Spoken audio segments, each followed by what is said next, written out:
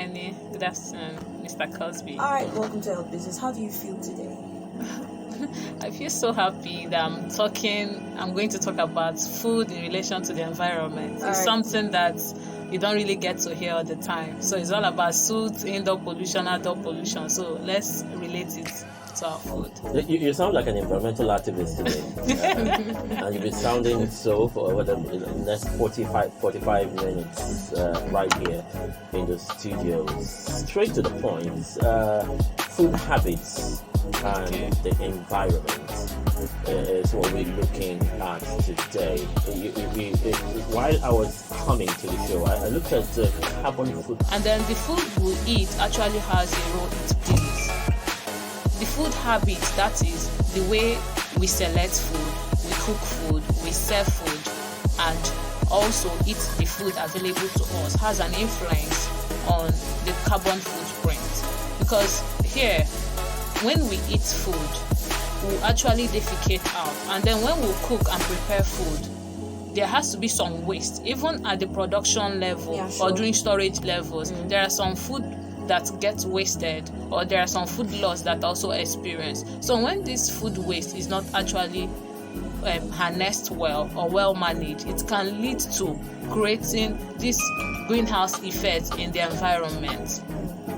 When food decomposes or gets rotten, it releases a lot of methane, it releases a lot of carbon dioxide, even nitrous oxide, and this emission gets back into the environment. And one peculiar thing about these gases is that these greenhouse gases, they tend to absorb a lot of heat, infrared heat from the environment. When it absorbs this heat, it also radiates it back. It's just like you are cooking and you have a lot of pots and you are just cooking with one pot. Definitely, the other pots around will absorb some heat. At the end of the day, you see that the kitchen gets heated up, or the environment where you are cooking gets heated up. It's because these pots are actually absorbing the heat, and in one way or the other, they're giving off this heat. So these gases absorb this heat and then re-radiate it back to the environment, warming up the environment, making let's say the weather or the heat to be so much. We can actually see what's going on this period. A lot of people are complaining of heat. The weather is hot. So you're saying the food that we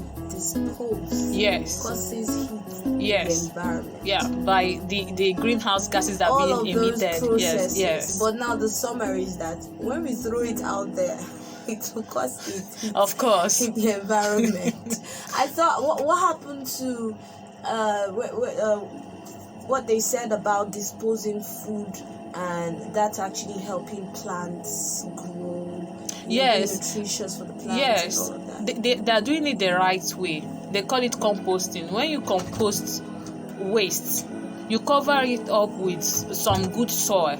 If you want to do it the right way, you dig a pit, put the waste inside, or the kitchen manure or whatever thing, garbage you want to compost. You cover it up either with some good soil, that soil that is already treated, or some good soil anyway, if you want to do it the right way, or with sawdust. In that way, it composes underneath that soil.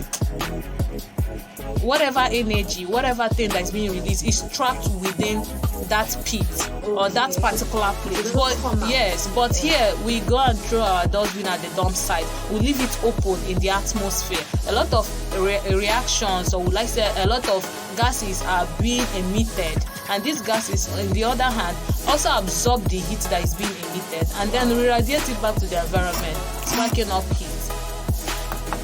So most times we should not just say, oh, the environment is hot. Our actions, that's where the carbon footprint, these are like heat that are giving up our actions.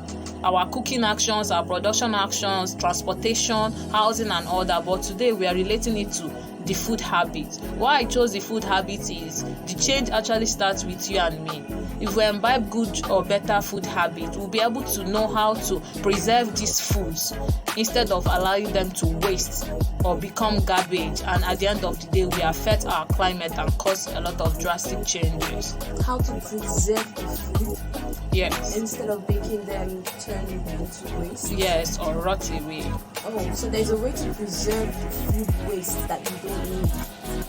No, I'm talking about preserving our food so that they won't get rotten and become waste. Okay. And then when we also have the waste, there is also a way of managing the waste, either by composting or by incinerating and so many other ways, or even by using it as a biofuel. I actually wanted to invite someone to come and talk about that, but I wouldn't deviate.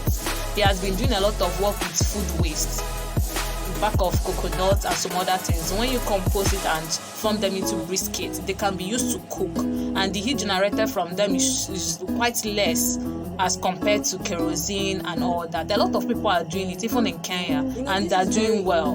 Yes. We'll have to talk about this again. You pay more attention. Take it slowly so we can get it better. I think you should repeat that before we take the headline news at one. Okay, I'm saying that. How does that happen? In waste management, we can actually choose to compost the waste and take it back to the farm as manure. We can choose to use it as a biofuel, biogas, instead of using kerosene and whatever sorts that are already expensive to cook. We'll compact them, treat them, and use them as fuel. Like in the northern part of Nigeria, they use cow dung to cook, and the emission is not as high as that generated by kerosene or by gas.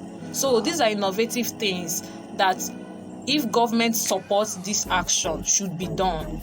Instead of complaining electricity, fuel price is 230 as we bought yesterday and all that, we can actually look out for this sustainable form of energy or renewable source of energy. It will power a lot of things. Dump sites in abroad, they trap the energy from this methane and carbon dioxide, and they use it to generate a lot of.